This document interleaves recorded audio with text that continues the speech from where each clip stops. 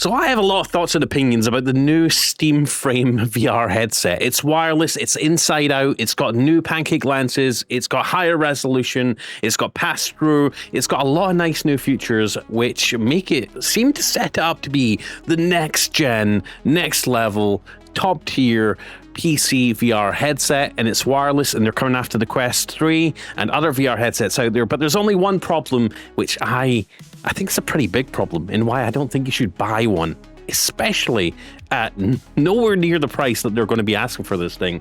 And that is because of this thing, the Quest 3. And this thing has changed my life over the past couple of weeks. We're going to get into why I think you should buy one of these and avoid one of these. I'm sorry, the Steam Frame isn't it, and I'm going to explain why. I'm Blaze2K. Please like, subscribe, click the bell icon, and let's talk about why I think the Steam Frame might not be worth your money. At least, not yet. Especially not this version of it, because there's a lot of downsides, and we're going to get into that now. So first of all, let's talk about the features of the new Steam Frame. Obviously, it's going to have dual 2160 by 2160 LCD panels per eye, pancake lenses for sharp edge-to-edge clarity, and that is a big deal. That is a massive deal. If you come from older VR headsets with the Fresnel lenses, you know, you have to have the headset perfectly in your face at the perfect position for the image to be clear. And if you say, let's say you bump your head against something, or you move, or it shifts on your face, everything goes out of focus, and it's a pain in the butt. So brand new pancake lenses, which are fantastic. They should be a standard across all VR headsets. It's going to have up to 172 to 120 hertz refresh rate with an experimental 144 hertz mode. It's going to have up to 110 field of view, 110 degrees. It's going to have the new Snapdragon 8 Gen 3 4nm ARM chipset. It's going to have up to 16 gigs of RAM, up to about 1 terabyte UFS storage with a microSD slot, which I'm not going to fault them for. That's pretty sweet.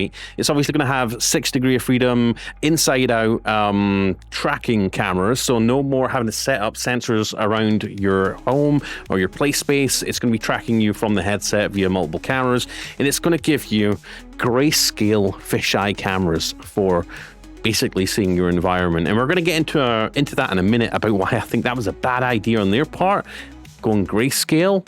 We'll elaborate. Again, low resolution monochrome grayscale via dual 1280 by 1024 cameras with IR illuminators for dark environments. Obviously, they're going to have the new Steam Frame controllers with magnetic thumbsticks, which I think is pretty nice. And one thing I'll give them a lot of credit for that the Quest 3 doesn't have, and that is the fact they're going with a traditional layout with a D-pad on one controller with a thumbstick and a D-pad, and on the other side, the other controller, they're going to have a thumbstick with the ABXY buttons.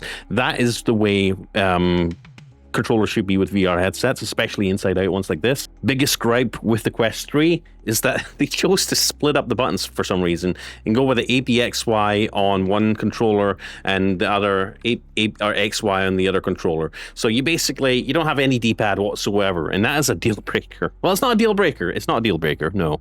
It does have two thumbsticks and has the ABXY, but split up. It's not a deal breaker. It's a pain in the butt, especially if you want to get into something like a virtual VR arcade and want to be able to pick up a Game Boy and play, like, you know, retro games in VR. How cool would that be? You can't do that with these. Oh, you can. You just have to replace the D-pad with the thumbstick and have to get used to using ABXY and two different controllers.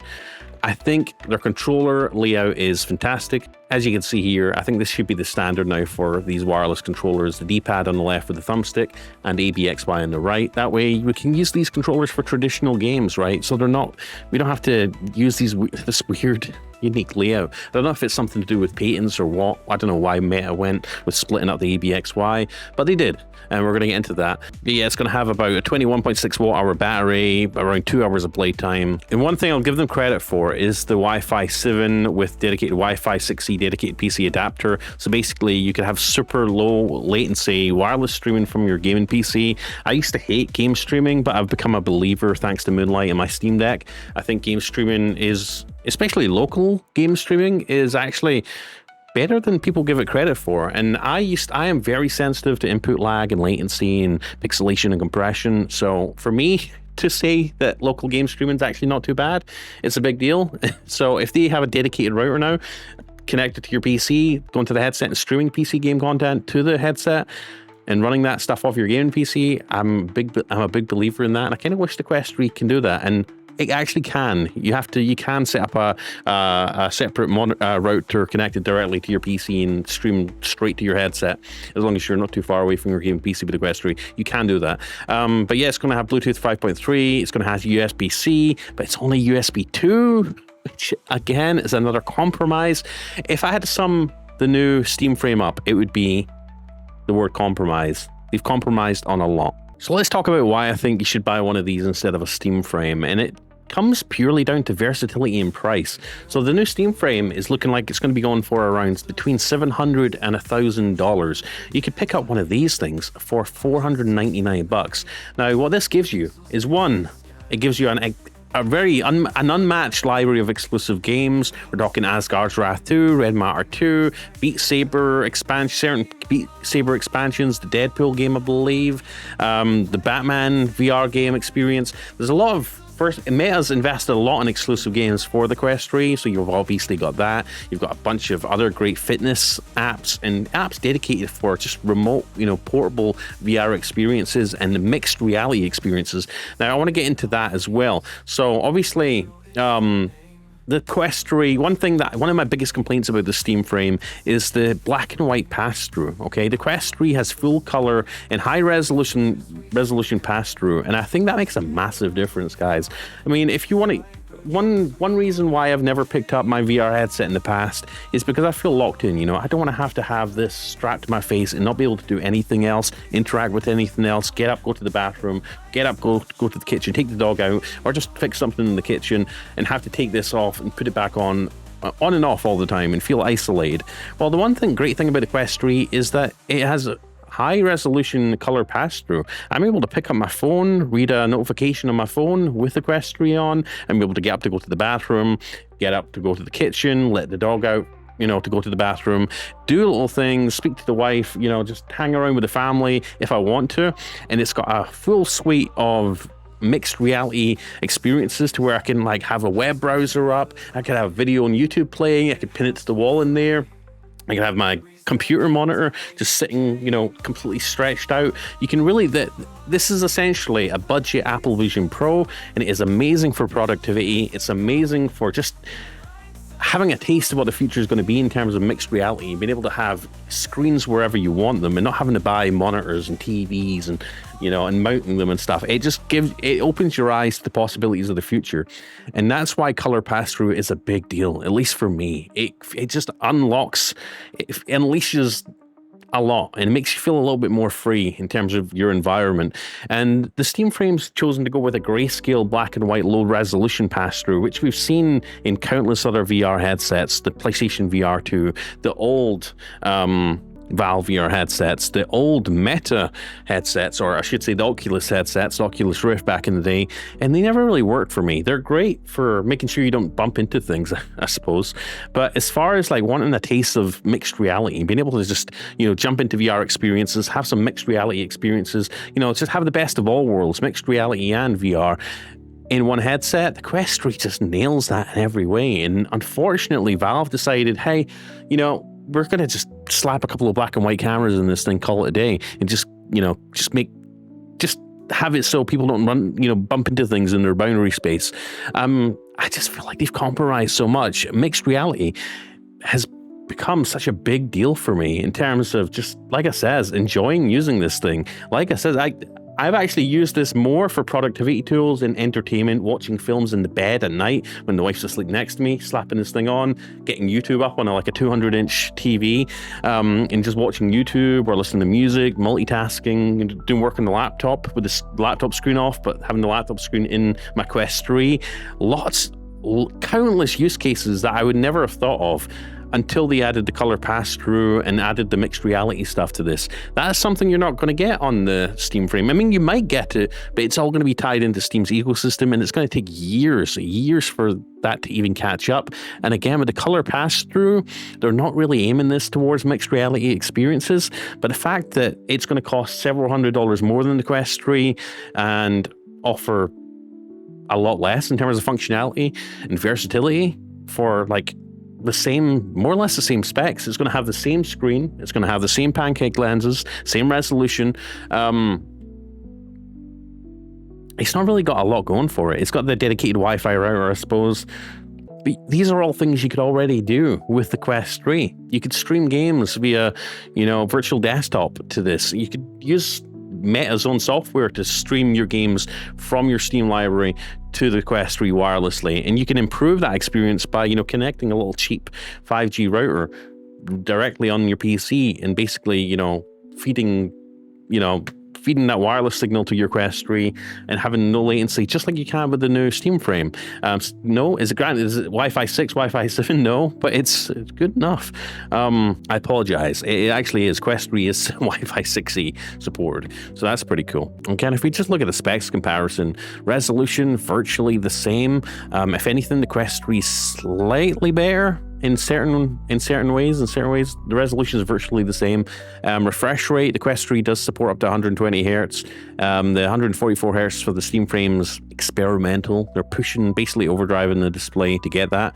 The field of view is virtually the same. Granted, the Quest 3's APU and RAM is less. But especially if you're streaming games and software from your PC, your gaming PC, like you will be on the Steam Frame, that's not really going to matter too much. Obviously, the Quest 3 has 512 gigs of storage, no expansion, whereas the Steam Frame does have 256 to 1 terabyte with microSD. The weight is a little bit heavier on the Quest 3.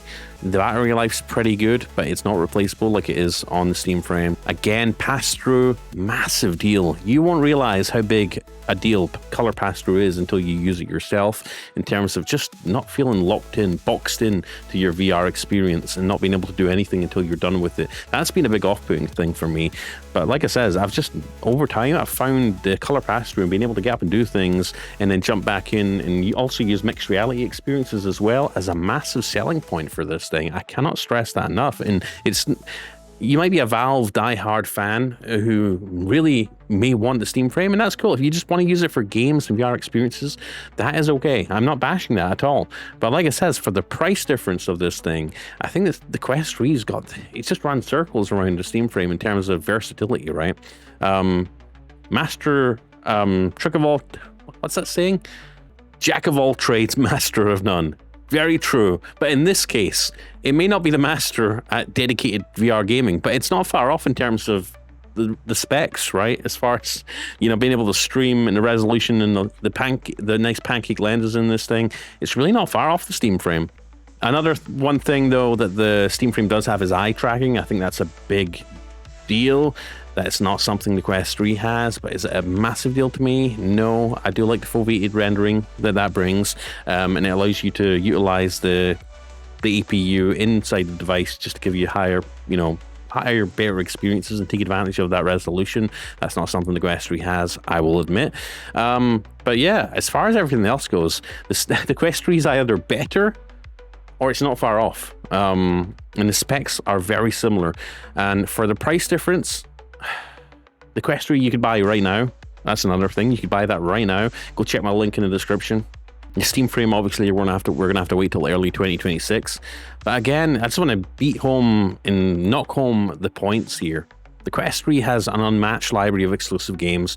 Sure, so does Valve, so does Steam. But again, you could play all those on the Quest 3 right now, either linked with the cable or wirelessly using their own software or virtual desktop. So you could actually use the Quest 3 to give you a Steam Frame-like experience right now, virtually the same, more or less, for $499, and you could pick this thing up today. Another thing that this can do that the Steam Frame cannot do is the versatile video input. I believe it's got a USB 3.2 port on the side of it here, so you can actually connect up. One feature that this has, which I really like, is you can connect up any device, PS5, Nintendo Switch, via a capture card cable, and basically feed that video feed from whatever device that outputs HDMI straight into your headset, lock it into a space, and enjoy your PS5, whatever you have, your Xbox 360, your Switch, your DVD player, straight into the headset in a cinema-like experience. You're not going to be able to do that really with the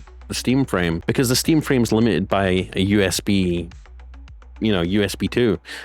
So if you did want to connect your PS5 to your Steam Frame, I'd imagine you'd have to find some workaway to stream your PlayStation, use the PlayStation streaming software to do it over the network. Whereas this, you can connect, feed HDMI straight into this if you wanted to, which I think is a massive win. Again, the color pass-through, massive deal. Again, like, I mean, I can't beat that point home enough. The color pass-through makes a huge deal on this, with it being higher resolution, the mixed reality features, the spatial computing in terms of it mapping out your space, the augmented reality apps, the room scale interactions, and being able to just be wearing this in a VR experience, jump out, go take the dog out, go open the door, although you may not want to wear this in front of the mailman, who knows, you might look a little bit goofy, but just the ability to do that, go to the bathroom, whatever, wash your hands, and not have to take this off, it's very impressive. Again, that is not something you're going to be able to do with the Steam Frame. I mean, you can do it, but you're going to be like bumping around the place because it's got a low resolution black and white pass-through, and they're not pushing the mixed reality stuff, at least not yet. And even if they did bring mixed reality software and room scale sort of, you know, mapping stuff and to the walls and stuff like that, it's going to be low resolution grayscale, so why would you want to? Now, this thing has Horizon OS, which covers Horizon Worlds, workrooms, third-party multiplayer socializing, virtual desktops for productivity, whereas the Steam Frame's gaming-focused Steam OS cannot match that without heavy sideloading. Not to say that it can't be done, but it's just, I mean, it's no comparison, and it's not going to be any comparison for a while. And again, like Grok says here, near identical core visuals, about within 5% resolution difference between them. Again, same lenses, so they're going to be looking very similar. And for that price difference, is it really worth it? And again, you can access full Steam VR anyway via the link cable on your Quest 3 headset, which you can also use wirelessly if you want to, using Virtual Desktop or their own built-in software, and stream those Steam VR games straight to your Quest 3. So you can already do that. What is the point of the Steam Frame at this point? And again, for more versatility, I mean, at $499 compared to the Steam Frame's likely $700 to $1,000 price tag, offering broader standalone utility, color, mixed reality, immediate availability. I mean, to be honest, like Grok says, it kind of makes it a no-brainer value king. So this is just a rant video. I've maybe ranted on for too long. We're up to 17 minutes now, but I just want to say, I think the Steam Frame's great. I think they're heading in the right direction with the inside-out tracking, being able to stream stuff to it. But they really compromised. I think they really compromised. They could have added higher resolution displays. They could have gave us a micro OLED display like the Apple Vision Pro. If they put an micro OLED display in the new Steam Frame with much better, much higher resolution, that would set it apart from the Quest 3, you know? Hell, I would maybe upgrade to it for that. And the color pass-through, if they made it into a more mixed reality and touted mixed reality AR apps to where you can, you know, slap apps on the wall, whatever, you know, made a better play at that, I think it would definitely be more compelling for me, which they didn't. So similar resolution. They did go for the pancake lenses, which I think is good. The color pass-through, I mean, the black and white pass-through, it's just a no-go. The higher price, and again, having to wait till 2026 to get it. I feel like it's got a lot of potential. It had a lot of potential, but I feel like they made so many compromises with the port, with the black and white pass-through, with the resolution being virtually the same as the Quest 3, with having this very similar feature set, but if anything a lot less features. I don't know. It's just a no for me. At least for now. And maybe the next Steam Frame 2, might be the one to go for. It might be a worthy upgrade. I will admit, again, the eye tracking, the foveated rendering is really nice. The SD card slot is really nice. The integration into the Steam ecosystem is really nice. I love my Steam Deck. You guys know I do. I just don't think this is it.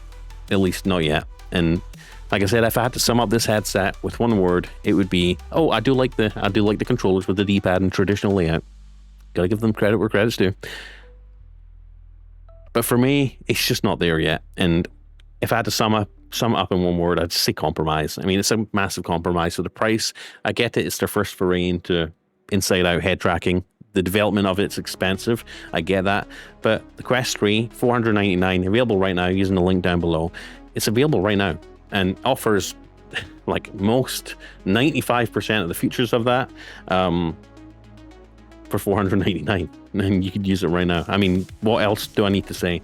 Similar features, similar lenses, similar resolution, color pass-through, which is a plus, mixed reality, a whole software ecosystem, a bunch of exclusives, and again, a lot of the same feature sets in terms of connecting it to your PC via cable or wirelessly, and accessing the current entire Steam VR library right now, and probably well into the future as well, if Valve keep their ecosystem open, which I think they should. I think that would be ludicrous if they didn't, because that would kind of go against everything they stand for. Yeah, Quest 3, go buy one. Link in the description. Let me know your thoughts and opinions down below. I'm Blaze. Like, subscribe, click the bell icon, and I'll see you in the next one. Peace.